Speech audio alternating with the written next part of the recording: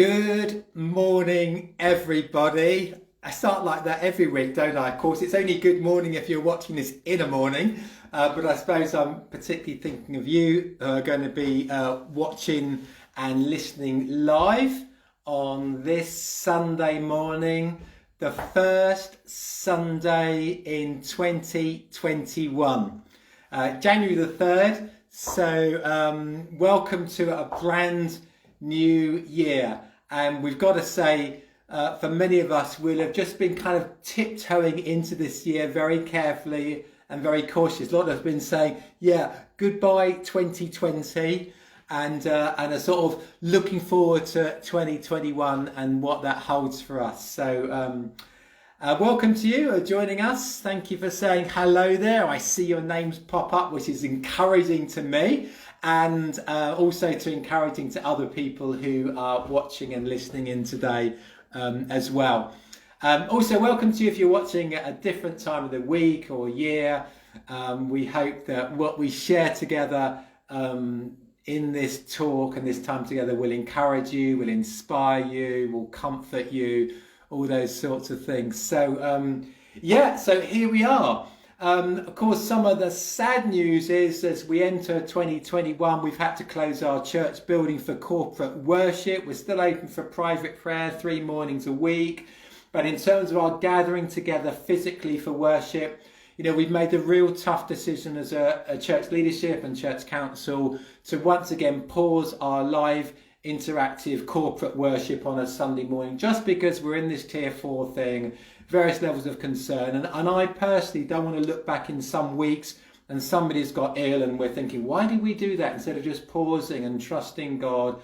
So, you know, we are mindful of those who aren't able to join us online, who maybe don't do the digital things. So please, regular church family members, do be praying for one another, do be looking out for each other. Think about who you could phone up and encourage.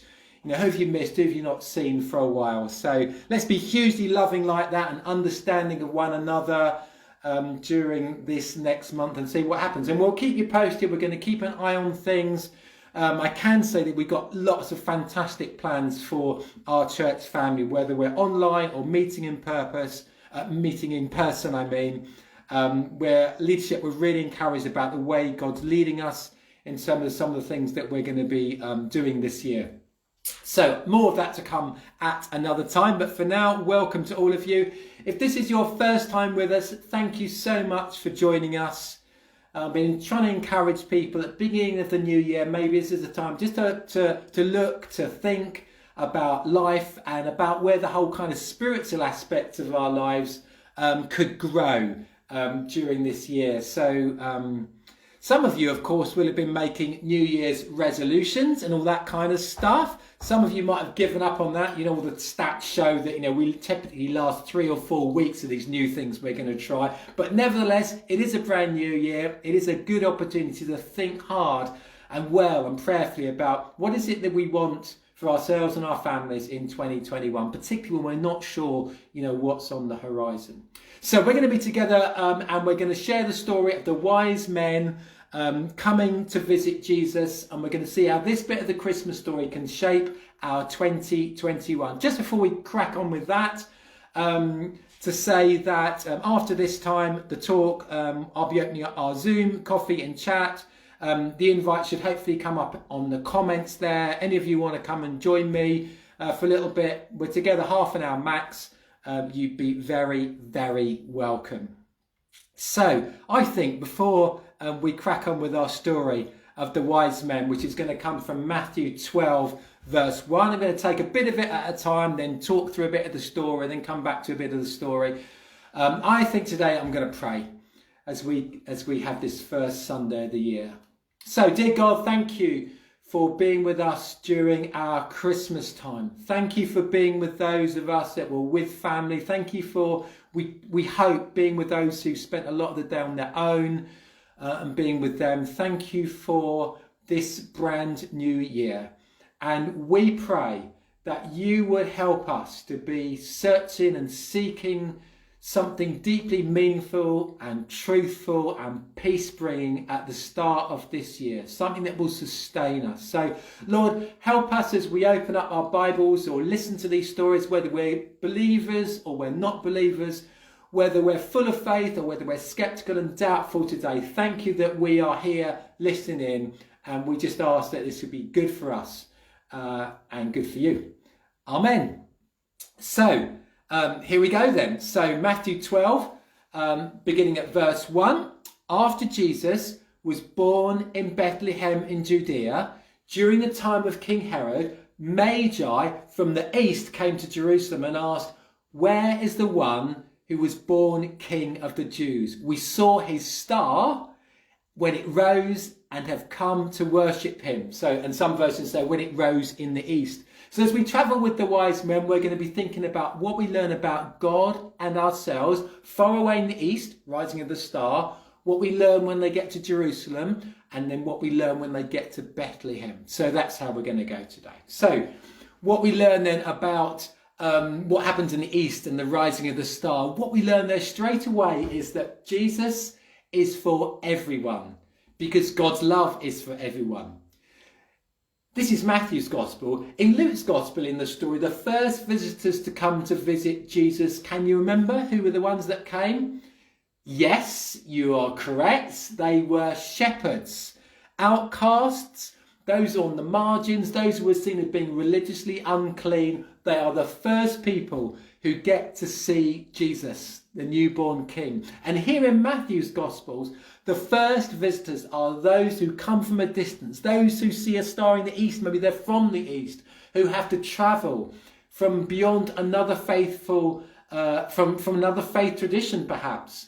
And they're going to travel through into a different culture, a different language, and come across all those potential barriers and boundaries, following this star, and they're going to come on their journey to discover the truth. What we learn is in the East is that Jesus is for everybody, not just for those who are considered to be part of the religious in crowd, if you like. That God is, and Jesus are for everybody, and God is free in his love to give invitations and signs and post stars in the sky to whomever he likes, that they might seek and discover him. And we do God a disservice when we think that only particular people are going to discover God. And they'll only do that through particular ways that we might prescribe. You know, we'll get them into a church service. We'll get them to meet some particular Christians. We'll get them on an Alpha course. You know, we'll get them to tune into Malc live stream on a Sunday morning. Now, all those things can be great things, but God is not bound by the way that we Christians think people are going to discover the truth of Jesus Christ. God doesn't belong to the church. He doesn't belong to Christians. His love is wild and free, adventurous and brave. So that's what we learn about God in this story from the rising of the star in the east, that God's far away from the important kind of religious hub of things, Jerusalem if you like. He's doing something wild and free, way out there. His love is wild, adventurous and brave, and that is so encouraging to know that that's what God's like. He'll do his thing the way he chooses to do it. And what we learn in the East then is that, yeah, God's love is for everybody. We celebrate that. But we also learn in the East something about ourselves. Well, something about those wise men and maybe something about ourselves as well. That what we learn there is that God's signs, his invitation, if you like, is met by those who, in this case, search deeply and urgently and willing to travel, to leave home, leave behind something and to travel to discover. They don't maybe know where they're going, but willing to get on the journey. So what do we learn about God and ourselves in the East where the star rose? That God's love is for everybody and that God honours those who will seek and follow the signs that he gives them. So question, how am I going to seek God in 2021? How are we going to seek God in 2021? It will mean, just like any of those resolutions that we've made, maybe to change our lifestyle a bit in terms of our diet or alcohol intake or, you know, exercise or the people we're going to spend time with or things we're going to do less of, you know, kinds of stuff we're going to watch on TV or not going to watch on TV for this year. All those sorts of things We know it's going to take effort. It's going to take, I think a particular mindset might be one of the sort of buzzwords that we use to change. And so too with discovering and seeking after God in 2021. How are we going to flourish in our inner spiritual life? It may take time. It may mean changing a habit. It may mean creating some space. So more of that maybe to come in the weeks ahead. But, maybe just even now you might think, what could be different? Maybe just 10 minutes at one point in the day, if you can carve that out, depending on what your family and life and home situation's like, 10 minutes just to sit and be still and to say, God, here I am. Please lead me into this year. Show me. Help me to believe and trust in you. Give me a sign, God, that you're there. Maybe just doing that for 10 minutes every day will be the beginning of the journey for us. And for those of us who definitely believe in God, who are trying to be with Jesus, be like Jesus, do the things Jesus would do if he was living our lives today, there's something particular here for us today. This story does flag up a vital role for us in 2021, but I'll come to that in a few minutes' time. So we're moving from the east, where the star came up and what we learned about God and ourselves there. And now we come to what we learn in Jerusalem. So the story continues. Matthew 2, verse 3. When King Herod heard this, he was disturbed, and all Jerusalem with him. When he called together all the people's chief priests and teachers of the law, he asked them where the Messiah was to be born. In Bethlehem, in Judea, they replied, for this is what the prophet has written. But you, Bethlehem, in the land of Judah, are by no means least among the rulers of Judah. So this is a prophecy from the scripts that they had. We would now call the Old Testament. You, Bethlehem, in the land of Judah, are by no means least among the rulers of Judah. For out of you will come a ruler who will shepherd my people Israel. So there's that sign somehow from long ago, like many scriptures that kind of prophesied and foretold the coming of a Messiah, Jesus. Then Herod, verse 7, called the Magi, the wise men, secretly and found out from them the exact time the star had appeared. He sent them to Bethlehem and said, go and search carefully for the child. As soon as you find him, report back to me so that I too may go and worship him. Yeah, we who have heard this story a few times might not be so sure that Herod's being completely sincere and honest and open and transparent here, do we? So what do we learn in Jerusalem? The wise men have been following the star that rose in the east, and they followed it, and now they've come to Jerusalem. But here we discover that our human wisdom will only get us so far in the search for truth.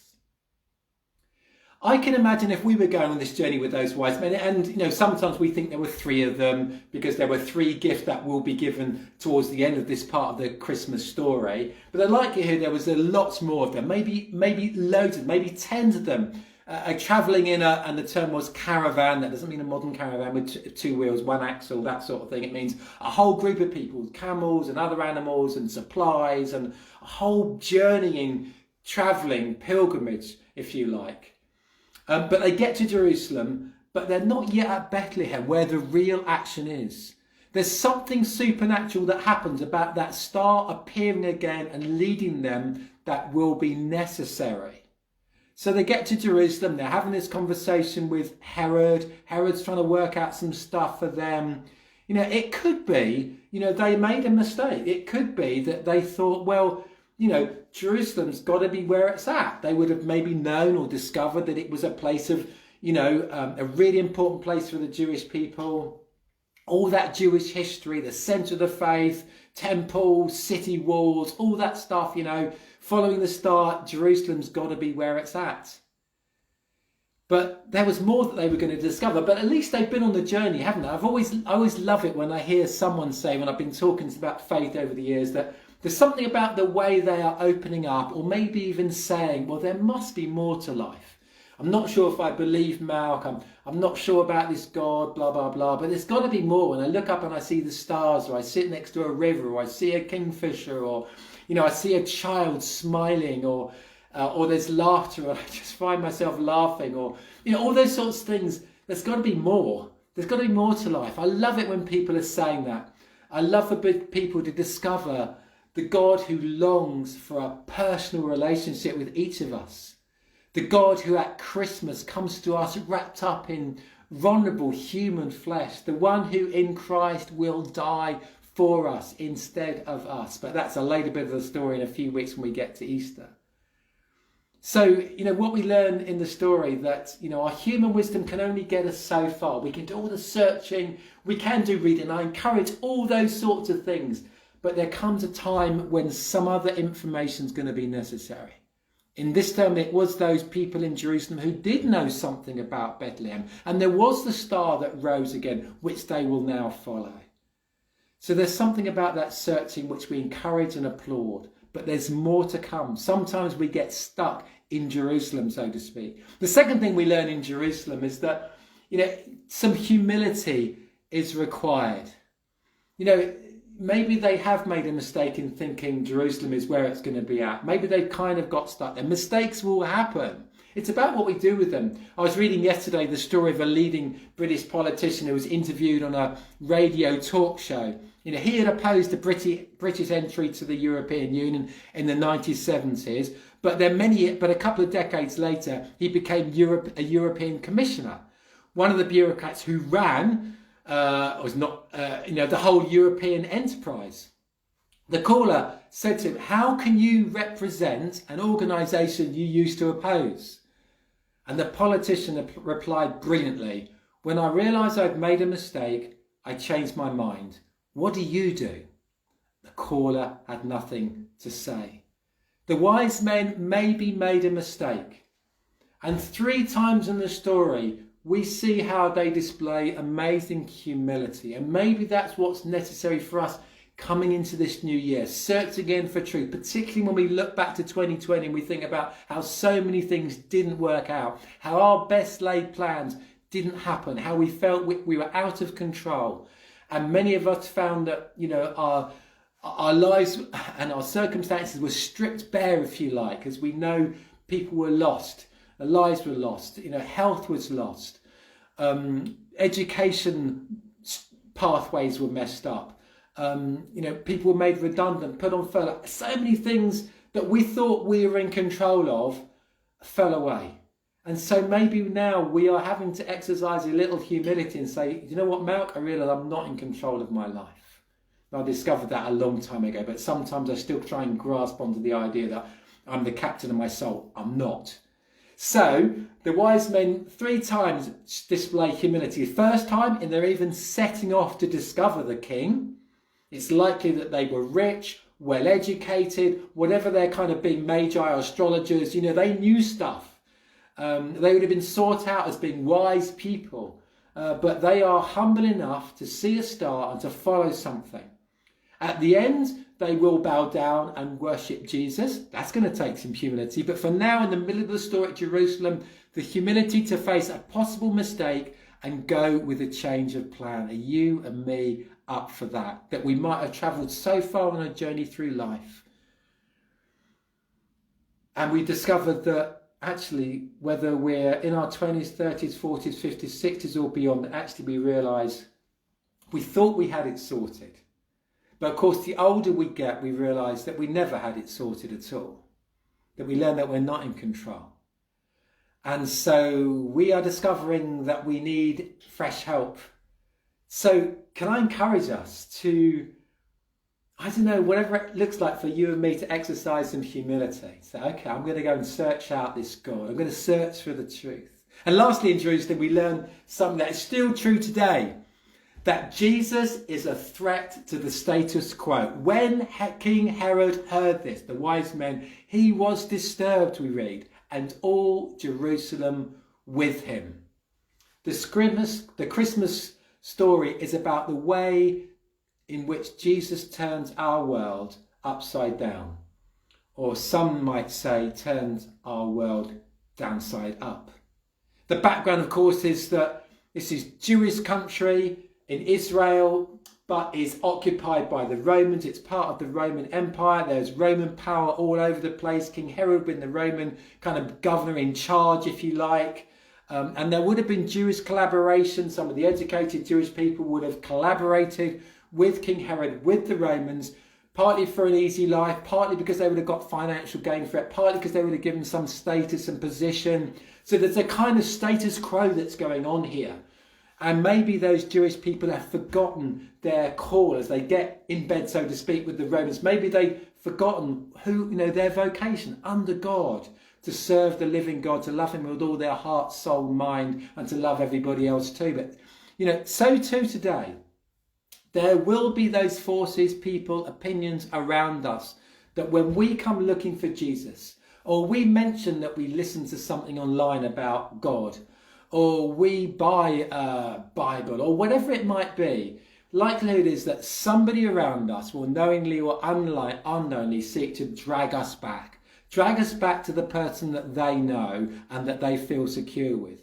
In under threat, when we begin to discover Jesus, when we look for God, when we begin to search spiritually, if you like, will be our reputation, our sense of being cool, accepted or not. There'll be peer pressure. We may feel fragile. There may be quite anti-God, anti-religion culture in our family or in our workplace, amongst our friends or group or whatever it might be.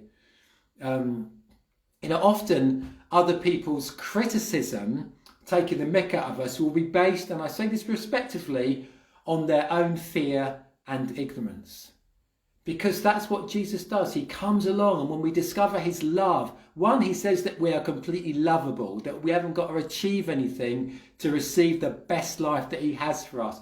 That can be a threat to us, and we feel that we are achievers, that we're the ones who know how to get on top, know how to win through. It's quite something to be able to tell, actually, you don't need to do that stuff necessarily. You're just loved as you are.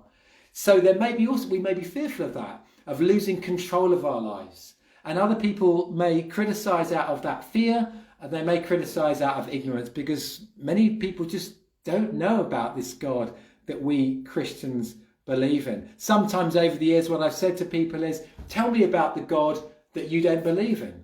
And the likelihood is they tell us about the God they don't believe in, that we, or I may say, I don't believe in that God also either. But let me tell you about the God that I and Christians do believe in. Now we're getting onto something. So, I always remember my dad used to tell a story of crabs in a bucket. And he always, my dad was a real achiever, if you like. But he'd say about crabs in a bucket, and one crab would try to be sort of getting out of the bucket, but the other crabs would pull it back down. Sometimes it's like that when we go on this journey.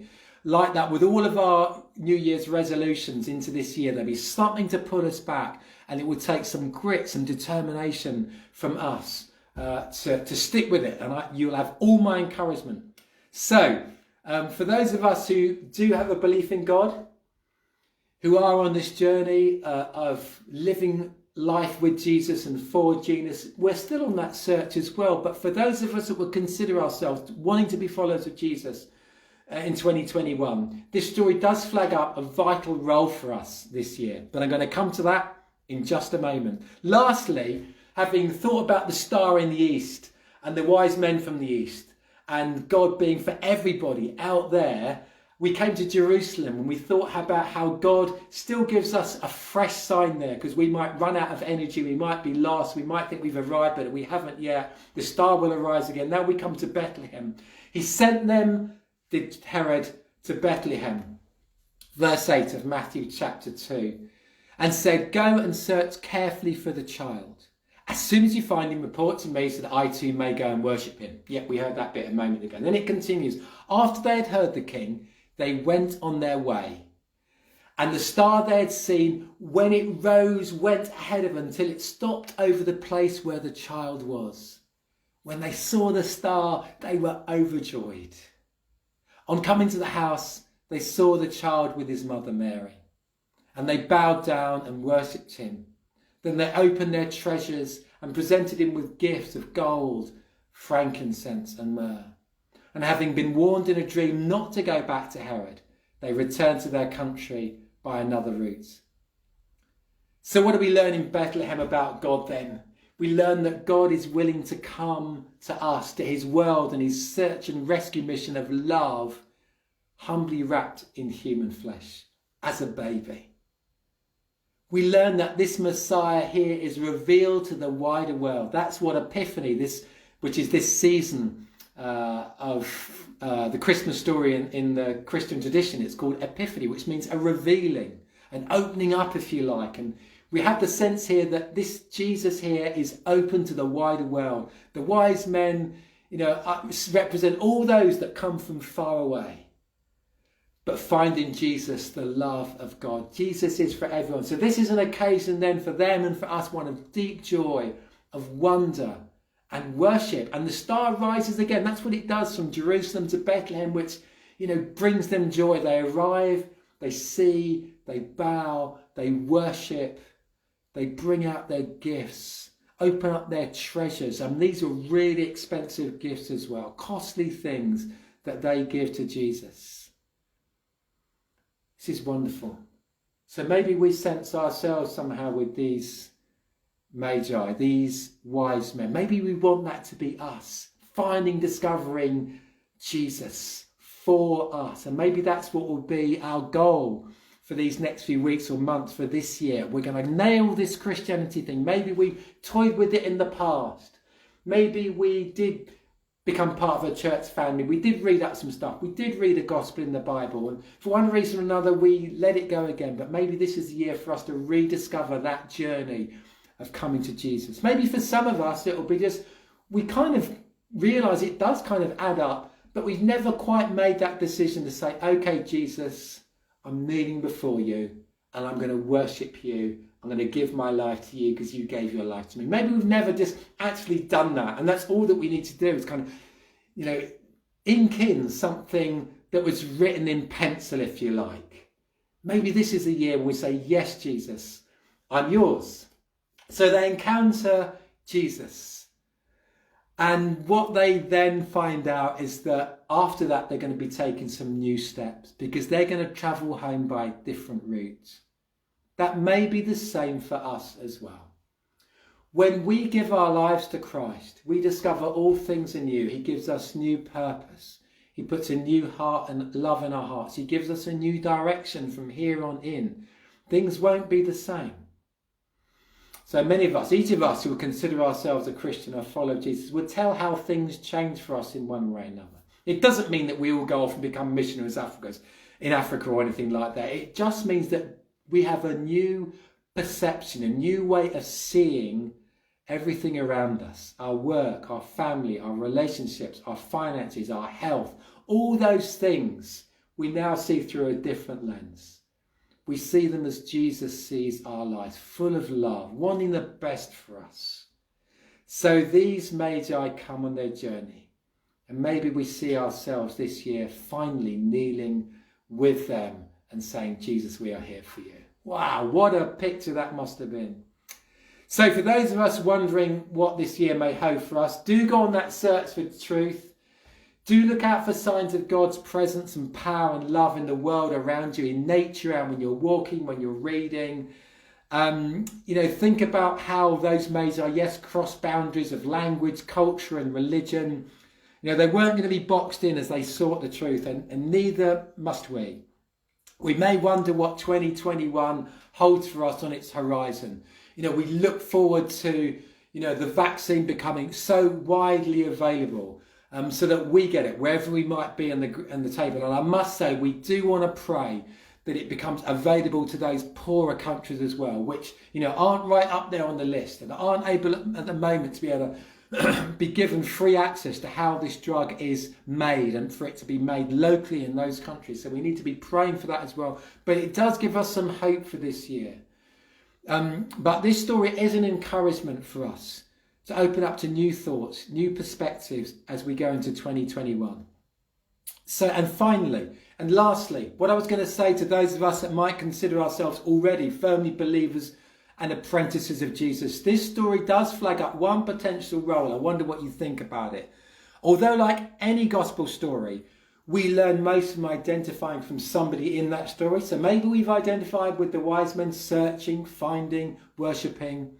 Maybe we identify with Herod. We're disturbed when we hear stories of Jesus, stories of faith, another ruler who might be coming into our lives, that we might lose control. Maybe we're like Jesus sometimes, changing, being part of seeing lives change forever. But maybe our vital role, brothers and sisters, in 2021 is to be like that star.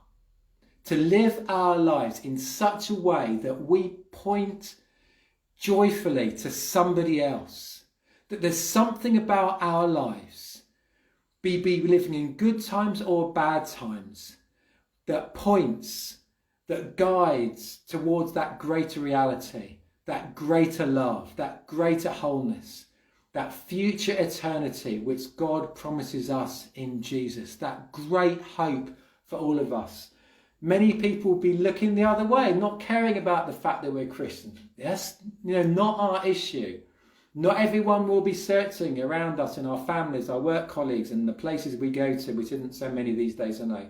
But for those that are, for those who are stuck in anxiety and darkness in this tier 4 time, those who are stuck in worry and lost without that smooth education path, or ill or sick or bereaved and lonely, for those who are lost without the hope of work or on furlough, our role, though far from being perfect, and we are not perfect, we're not saying that we've arrived, our role is nevertheless to shine and showcase the light and love of Jesus, who is God with us. The focus isn't on us. Somehow we guide, I don't know how God's going to do that for you and for me in all sorts of different ways, but somehow as we shine like a star, we are to point the way to Jesus, who is God with us in 2021.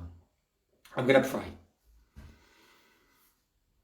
Father God, we thank you for this story, this epiphany story of wise men leaving their place, leaving their home, getting to Jerusalem, getting to Bethlehem, kneeling and worshipping. Lord, we pray for all of us who are searching for hope and truth and meaning in 2021. Help us to find some safe spaces to be still. Help us to find some quality time, be it only 10 minutes a day, Lord, just to sit and be still, free of distractions, and to discover your presence. Give us, if we're searching, courage rather than fear. Help us to ask you, God, for help, and to sit quietly, to walk, to discover somehow in signs around us and in your word, fresh hope. Dear God, be with those of us that might feel frightened or fearful about being a believer in you. We feel you'll turn our lives upside down. Help us to discover that you will give us more joy, not less. And dear God, lastly, for those of us that are already on this journey and have discovered the truth of your abundant life in all life circumstances, may we shine like that star that led those wise men into the truth. May our lives point to you, Jesus, and your love. Amen. Great to be with you today. If you like the message, do point somebody else to look at it, and do keep an eye on our social media, on our website, on our Facebook group for exciting things that are going to be coming to help us grow in our faith and discover fresh hope in 2021. We have got some exciting plans, but we want to keep you on board. So God bless you. And again, if you've watched for the first time and we can help with anything, do be in touch with us. Private message me on Facebook if you want. I can point you and signpost you. And God bless you all. Have a happy day and a wonderful, blessed 2021. God bless everybody, and look forward to seeing you if you're watching live on Zoom in a couple of minutes. Bye now.